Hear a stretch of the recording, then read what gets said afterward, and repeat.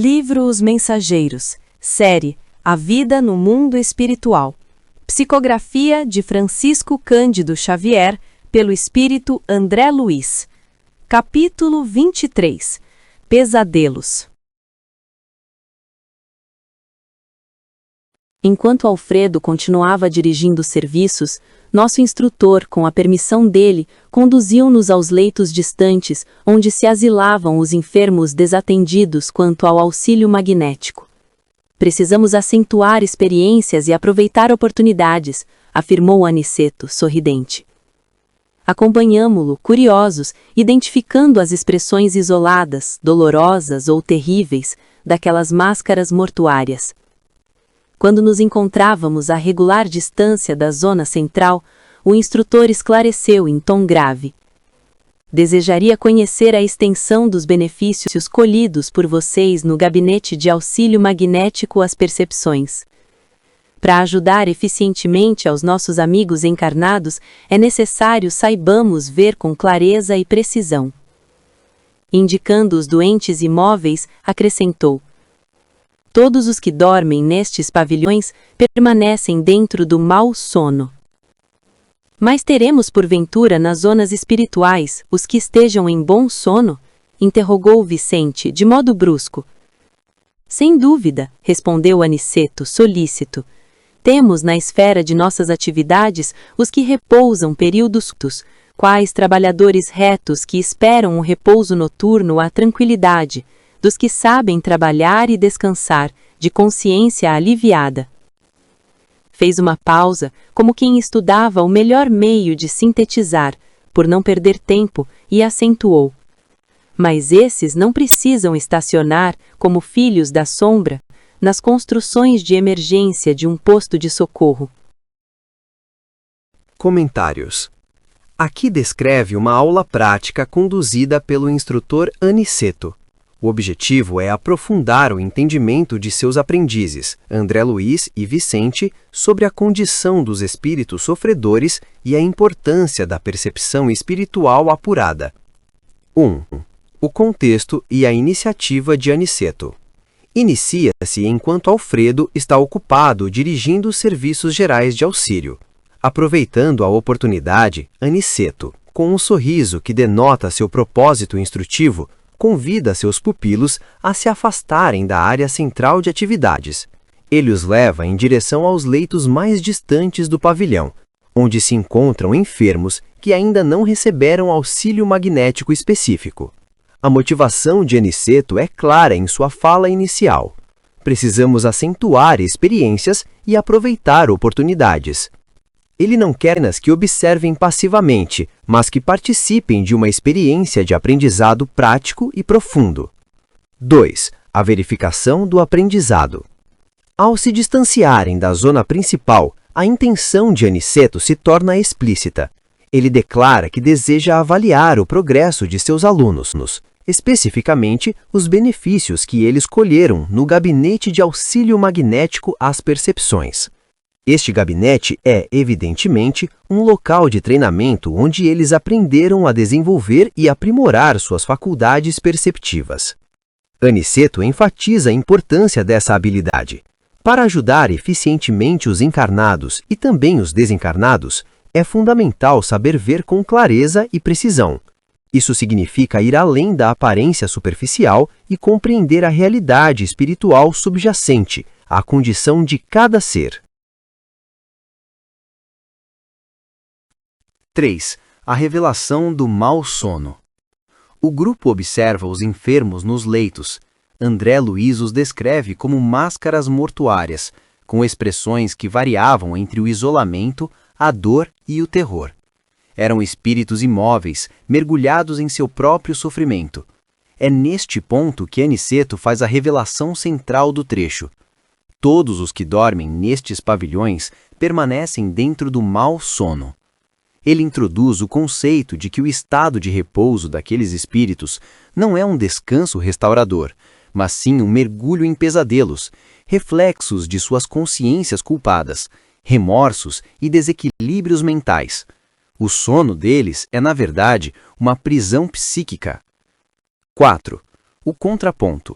O bom sono. A afirmação de Aniceto provoca uma reação imediata em Vicente, que de forma brusca, característica de sua personalidade mais direta, questiona se existe o oposto, o bom sono nas esferas espirituais. A resposta de Aniceto é afirmativa e esclarecedora. Ele explica que sim, existem aqueles que desfrutam de um bom sono. Ele os descreve com uma bela analogia. São como trabalhadores retos, que após a jornada de trabalho esperam o descanso noturno. Possuem a tranquilidade dos que sabem trabalhar e descansar. Sua principal característica é a consciência aliviada. Ou seja, o bom sono espiritual é um estado de paz e recuperação, conquistado por mérito, trabalho no bem e equilíbrio interior. É um descanso breve e revigorante, não um estado de torpor ou sofrimento. 5. A distinção final. O local do sofrimento versus o local do repouso. Aniceto conclui sua explicação com uma distinção crucial. Ele afirma que os espíritos que desfrutam do bom sono não precisam estacionar em locais de emergência como aquele posto de socorro. Ele se refere aos enfermos do pavilhão como filhos da sombra, que necessitam de amparo em construções de emergência. Com isso, ele deixa claro que a presença de um espírito em um posto de socorro já é, por si só, um indicativo de desequilíbrio e necessidade. Os espíritos equilibrados e de consciência tranquila não se encontram em hospitais espirituais, mas em outras paragens de repouso e atividade no bem. Em seguida, retomou o fio da lição e continuou. Quem dorme em desequilíbrio, entrega-se a pesadelos. Todos estes irmãos desventurados que nos cercam aparentemente mortos são presas de horríveis visões íntimas. Vejamos o aproveitamento de vocês. Procedamos a observações rápidas. Antigamente, o inquérito anatômico, o exame das vísceras, a perquirição científica nas células, também aparentemente mortas, agora a auscultação profunda da alma, a sondagem dos sentimentos e a visão do plano mental. E, com expressão decidida, concluiu resoluto, mãos à obra. Designando-me um corpo envelhecido de mulher, recomendou: você, André, examine detidamente essa irmã. Abstenha-se de todas as considerações do plano exterior. Observe-a com todas as possibilidades e percepções ao seu alcance. Sinceramente interessado em atender, não reparei nas ordens que o nosso instrutor transmitia a Vicente. Comentários. Aqui podemos dividir em 3 partes principais: a explicação teórica, a metodologia de análise e a aplicação prática da lição. 1. A explicação teórica. A natureza dos pesadelos espirituais. Aniceto, o instrutor, retoma sua lição com uma afirmação central e impactante. Quem dorme em desequilíbrio entrega-se a pesadelos. O sono espiritual. Ele explica que os inúmeros espíritos que o cercam, que parecem estar mortos, inertes ou em um sono profundo, na verdade não estão em paz. Esse estado de sono é um reflexo de seu desequilíbrio mental e emocional. A prisão interior. Em vez de descanso, esses espíritos estão aprisionados em horríveis visões íntimas. Seus pesadelos não são sonhos fugazes como os dos encarnados, mas sim projeções mentais contínuas e torturantes, alimentadas por suas próprias culpas, medos, remorsos e vibrações negativas. Eles estão vivendo e revivendo seus piores dramas interiores em um ciclo vicioso. Esta explicação inicial estabelece o tema central. O sofrimento no plano espiritual é, em grande parte, um estado da mente. A aparência externa de inércia esconde uma intensa e dolorosa atividade interior. 2. A metodologia de análise. A transição do físico para o espiritual. Em seguida, Aniceto propõe uma atividade prática para seus alunos e, ao fazê-lo, estabelece um contraste fundamental entre a ciência material da Terra e a ciência da alma no plano espiritual. Método antigo, terrestre, ele relembra a abordagem médica da Terra, descrita como o inquérito anatômico, o exame das vísceras, a perquirição científica nas células. Este método é limitado ao corpo físico, ao plano material e visível. Ele analisa o que está aparentemente morto, o cadáver, buscando causas e efeitos na biologia. Método novo, espiritual. Agora, no plano espiritual, a análise é muito mais profunda e direta. Aniceto a descreve como a auscultação profunda da alma, a visão do plano mental. A investigação não é mais no corpo físico, mas na essência do ser. O objetivo é compreender as causas do sofrimento na sua origem, os pensamentos, as emoções e a consciência do espírito. Esta comparação ressalta a superioridade e a profundidade da análise espiritual. Enquanto a medicina terrena examina o invólucro, a medicina espiritual examina o ser que o habita. Com um tom decidido e prático, Aniceto conclama os alunos à ação. Mãos à obra. 3. A aplicação prática. O exame de um espírito sofredor. A lição sai do campo teórico e entra na prática. Aniceto designa uma tarefa específica para André Luiz, transformando o conhecimento em experiência direta. A tarefa de André. Ele é direcionado a um corpo envelhecido de mulher e recebe instruções claras e precisas sobre como proceder. Examine detidamente essa irmã. A análise deve ser cautelosa, minuciosa e atenta aos detalhes. Abstenha-se de todas as considerações do plano exterior. Esta é a instrução mais importante. André deve ignorar a aparência do perispírito, o corpo espiritual, que se mostrava como o de uma mulher envelhecida. A forma externa é apenas um reflexo, muitas vezes cristalizado, do estado mental e não a realidade essencial do espírito. André está direcionado a usar todas as suas faculdades psíquicas recém-desenvolvidas, vidência, intuição, percepção áurica, etc., para penetrar além da aparência e enxergar o verdadeiro estado daquela alma. O foco de André demonstra sua dedicação e maturidade como aprendiz. Ele fica tão sinceramente interessado em atender à sua própria tarefa que se abstrai completamente do que acontece ao redor, a ponto de não perceber as ordens que Aniceto estava dando a Vicente. Isso ilustra seu comprometimento com o aprendizado e a seriedade com que encara a oportunidade de servir e compreender. Conclusão. Encontramos mais uma vez aqui uma poderosa lição sobre a realidade do sofrimento espiritual. Ele ensina que a condição de um espírito não é definida por sua aparência externa, mas por seu universo mental e emocional. Este ponto marca um ponto de virada no treinamento de André Luiz, movendo-o da observação passiva para a análise ativa e diagnóstica, utilizando suas próprias percepções espirituais para compreender a complexidade da alma humana após a morte. É um convite para olhar além das aparências e buscar a verdade no âmago dos sentimentos e pensamentos. Procurei esquecer os quadros externos, focalizando aquela máscara feminina com todos os meus recursos mentais.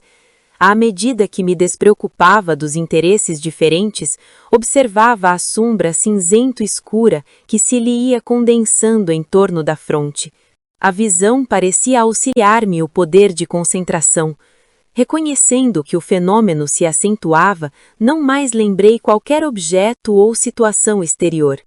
Estupefato, comecei a divisar formas movimentadas no âmbito da pequena tela sombria. Surgiu uma casa modesta de cidade humilde. Tive a impressão de transpor-lhe a porta. Lá dentro, um quadro horrível e angustioso. Uma senhora de idade madura, demonstrando crueldade impassível no rosto, lutava com um homem embriagado. Ana, Ana, pelo amor de Deus, não me mates! Dizia ele, súplice, incapaz de defender-se. Nunca, nunca te perdoarei! Exclamava a mulher, acrescentando em tom lúgubre. Morrerás esta noite.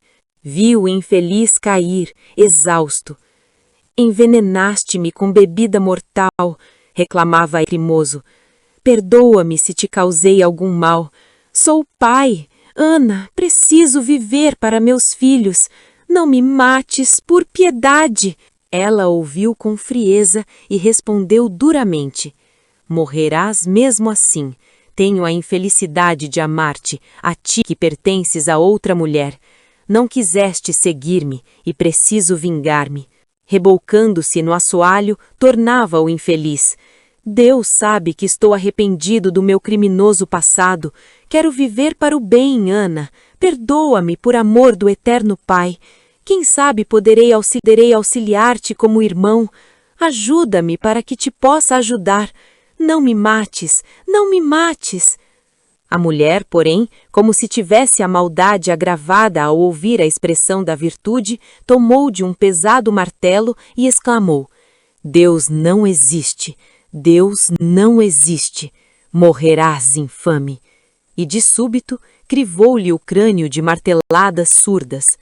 O homem expirou sem um grito. Logo após, vi a criminosa conduzindo o cadáver em carrinho de mão através de um trilho ermo. Acompanhava-lhe os movimentos A noite estava muito escura, mas observei-a parar junto à via férrea. Sondou os arredores, certificou-se do isolamento em que se encontrava e depôs a estranha carga sobre os trilhos. Via dispondo o cadáver para que a cabeça fosse decepada à passagem do comboio, retirando-se apressadamente, reconduzindo o pequeno carrinho vazio. Não esperei a máquina de ferro. Segui a mulher que me pareceu inquieta e pensativa. Antes, porém, que depusesse o carrinho no extenso quintal, vi que arregalava os olhos como louca, cercada de seres que me pareceram bandidos de negras vestes. Era ela, agora, quem acusava a estranha embriaguez de pavor. Vencera um pobre homem invigilante, mas, a meu ver, seria vencida por seres mais perversos talvez que ela própria. Acudam-me! Acudam-me! Gritava espavorida, e cava a cena em que a desventurada golfava súplicas em vão. Comentários. Temos agora uma intensa experiência de vidência do narrador, André Luiz, que ao concentrar-se profundamente em uma máscara feminina, consegue acessar e testemunhar os eventos trágicos de uma vida passada associada àquela entidade espiritual. O início da visão, a concentração e a tela mental. Começa com o esforço consciente de André Luiz para se focar em uma figura feminina. Ele se desliga do ambiente ao seu redor e direciona toda a sua energia mental para ela. Como resultado dessa concentração, uma sombra cinzento-escura começa a se formar ao redor da testa da figura, funcionando como uma espécie de tela mental. À medida que o fenômeno se intensifica, André mergulha completamente na visão, perdendo a noção do mundo exterior.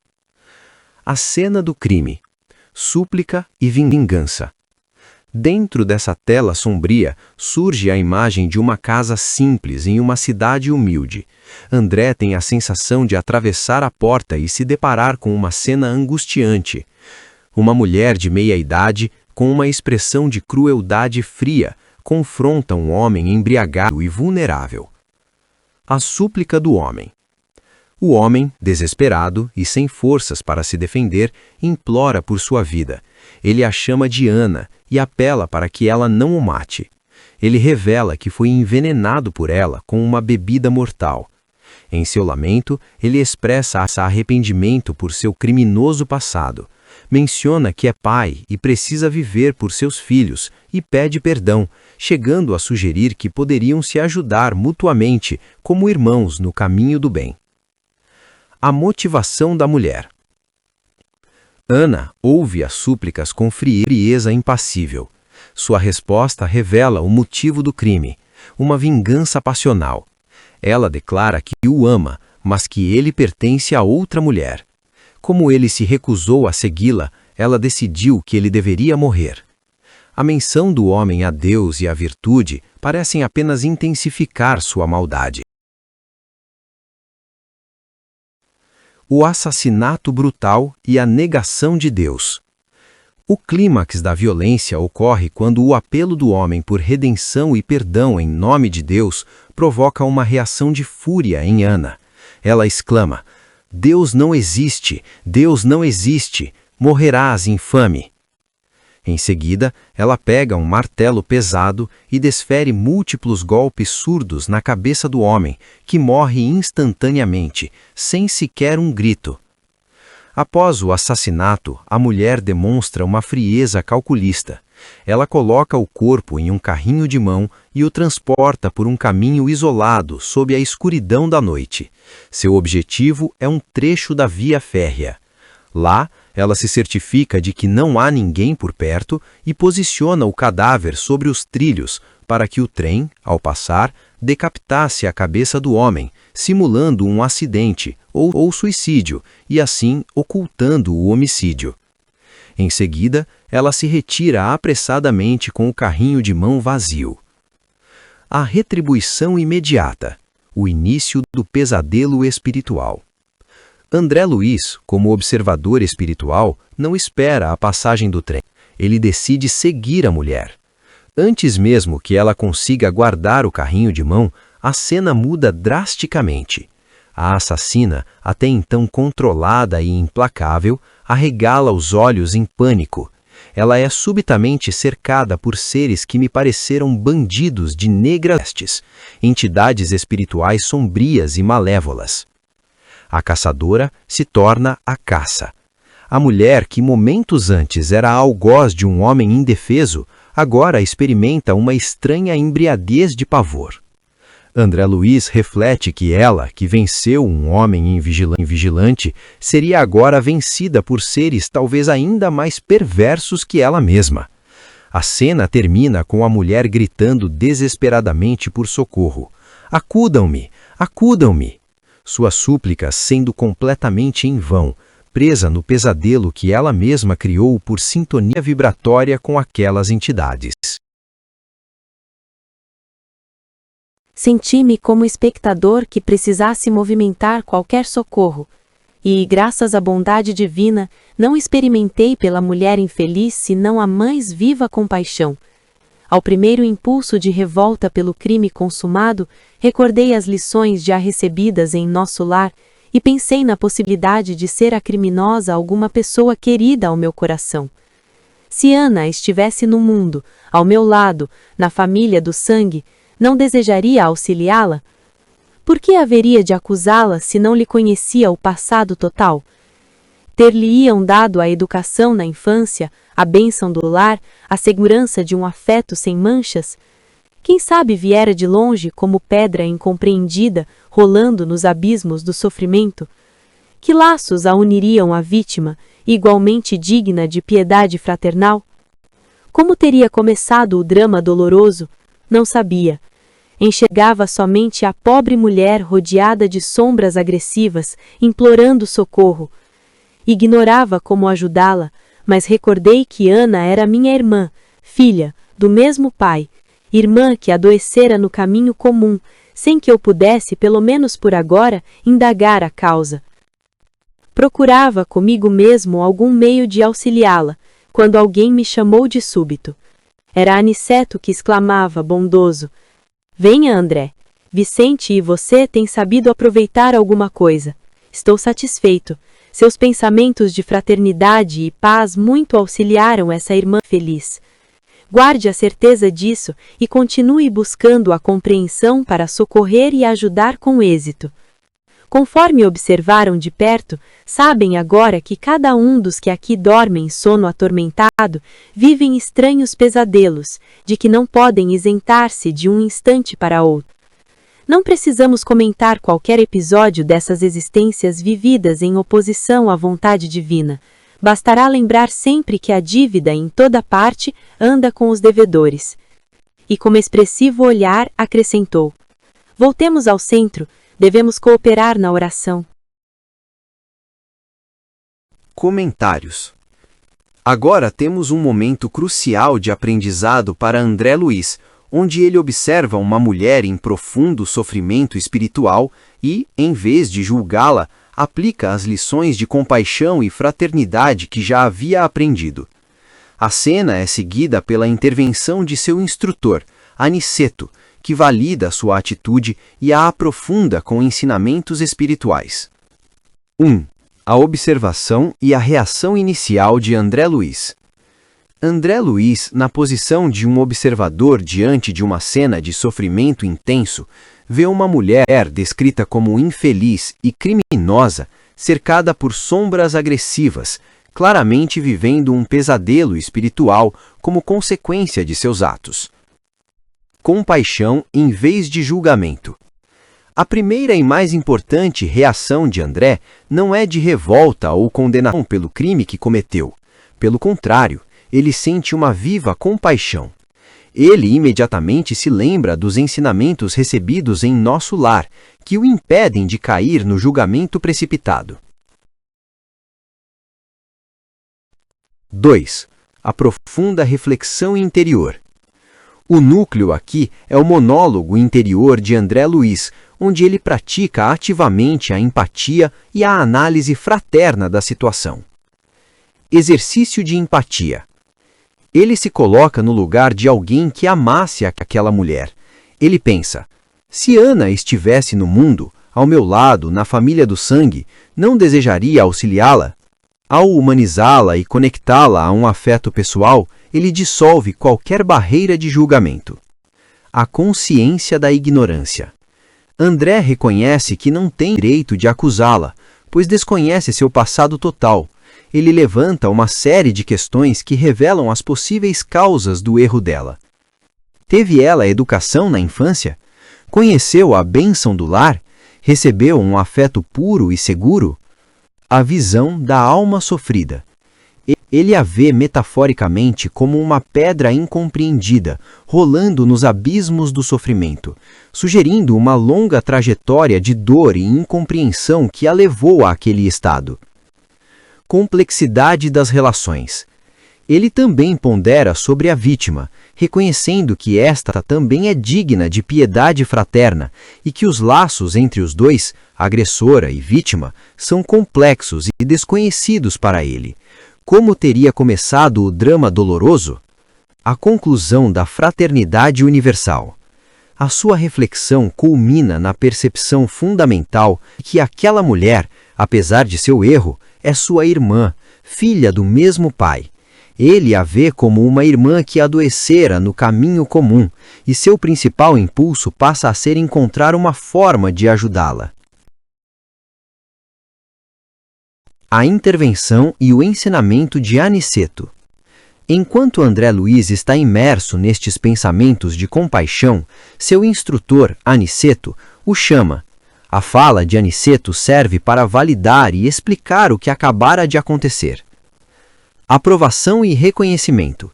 Aniceto expressa satisfação com a atitude de André e de seu companheiro Vicente, afirmando que tem sabido aproveitar alguma coisa. O poder do pensamento. Aniceto revela um princípio fundamental do mundo espiritual. Seus pensamentos de fraternidade e paz muito auxiliaram esta irmã infeliz. Isso mostra que a compaixão de André não foi apenas um sentimento passivo, mas uma força ativa que enviou socorro energético e espiritual à mulher sofredora. O pensamento é uma ferramenta de ação. O caminho para o auxílio eficaz. Ele aconselha André a continuar buscando a compreensão para socorrer e ajudar com êxito. O verdadeiro auxílio nasce da compreensão, não do julgamento. A explicação final sobre os pesadelos. Aniceto generaliza a lição explicando a condição de todos os espíritos que ali se encontravam. A natureza do sofrimento. Ele explica que cada um dos espíritos que dormem em um sono atormentado, na verdade, está vivendo estranhos pesadelos. Estes pesadelos são manifestações de suas próprias consciências culpadas, resultantes de suas existências em oposição à vontade divina. O sofrimento não é um castigo externo, mas uma condição interna. A lei de causa e efeito. Aniceto resume a lei do karma de forma sucinta e poderosa. A dívida, em toda parte, anda com os devedores. Não há como escapar das consequências dos próprios atos. Elas acompanham o indivíduo onde quer que ele vá. 5. O chamado à ação coletiva. O encerramento é uma instrução prática de Aniceto. Voltemos ao centro, devemos cooperar na oração. Isso indica que após a observação, a compaixão individual e o aprendizado, o próximo passo é a ação espiritual organizada e coletiva, a oração em grupo, para auxiliar de forma mais ampla.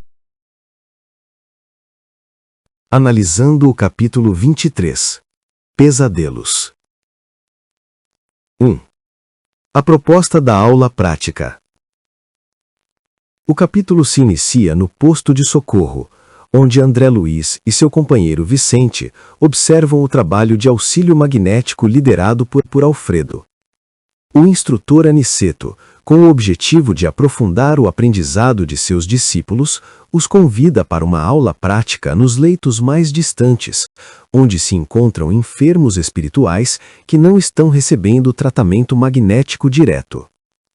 Aniceto explica que o objetivo é testar e aprimorar as habilidades de percepção que eles desenvolveram no gabinete de auxílio magnético às percepções.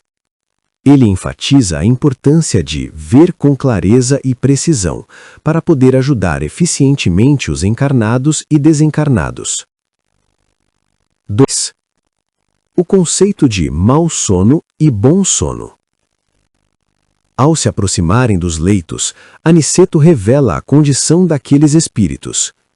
Todos os que dormem nestes pavilhões permanecem dentro do mau sono. Vicente, curioso, questiona se existe o bom sono no plano espiritual. Aniceto confirma, explicando que os trabalhadores de consciência tranquila repousam em paz, recuperando suas energias. Entretanto, esses não precisam ficar em postos de socorro de emergência. Aqueles que estão ali, por outro lado, são filhos da sombra, cujo sono é um tormento. O instrutor esclarece o ponto central da lição. Quem dorme em desequilíbrio espiritual entrega-se a pesadelos. Os espíritos ali deitados, aparentemente inertes como mortos, estão na verdade aprisionados em horríveis visões íntimas, revivendo incessantemente os dramas de suas consciências culpadas.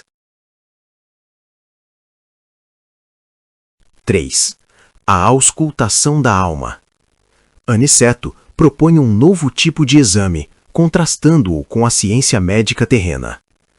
Na Terra, inquérito anatômico, exame de vísceras, pesquisa em células mortas. No plano espiritual, auscultação profunda da alma, sondagem dos sentimentos, visão do plano mental. Com um chamado à ação, mãos à obra, ele designa a André Luiz a tarefa de examinar uma mulher de corpo envelhecido, instruindo-o a se abster de qualquer análise exterior e a usar todas as suas faculdades perceptivas para sondar o interior daquele ser. 4. A visão terrível de André Luiz. André se concentra intensamente na mulher.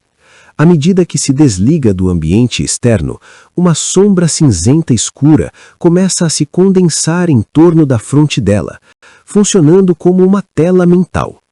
Nessa tela, uma cena angustiante começa a se desenrolar. O crime. A cena se passa numa casa modesta. A mulher, em sua idade madura, luta com um homem embriagado. Ele, súplice, implora para não ser morto, dizendo: Ana, Ana, pelo amor de Deus, não me mates. Ele revela que foi envenenado por ela. A vingança. Ana, com crueldade impassível, declara que nunca o perdoará e que ele morrerá naquela noite. A motivação é revelada. Tenho a infelicidade de amar-te, a ti que penses a outra mulher. Não quiseste seguir-me, e preciso vingar-me. O apelo desesperado. O homem, agonizante, expressa arrependimento, apela pela necessidade de viver para seus filhos e clama por Deus. A brutalidade final. A menção à virtude e a Deus parece enfurecer ainda mais Ana. Ela grita: Deus não existe! Deus não existe! Pega um pesado martelo e desfere múltiplos golpes no crânio do homem, que morre instantaneamente. A ocultação do cadáver. Observa Ana transportar o corpo em um carrinho de mão por um caminho escuro e ermo até uma via férrea. Com frieza, ela posiciona o cadáver sobre os trilhos, de forma que a cabeça seja decepada pelo trem, para simular um acidente. A consequência imediata. Ao retornar, antes mesmo de guardar o carrinho, a percepção de Ana muda. Ela arregala os olhos, tomada de pavor, ao se ver cercada por seres que me pareceram bandidos de negras vestes, obsessores.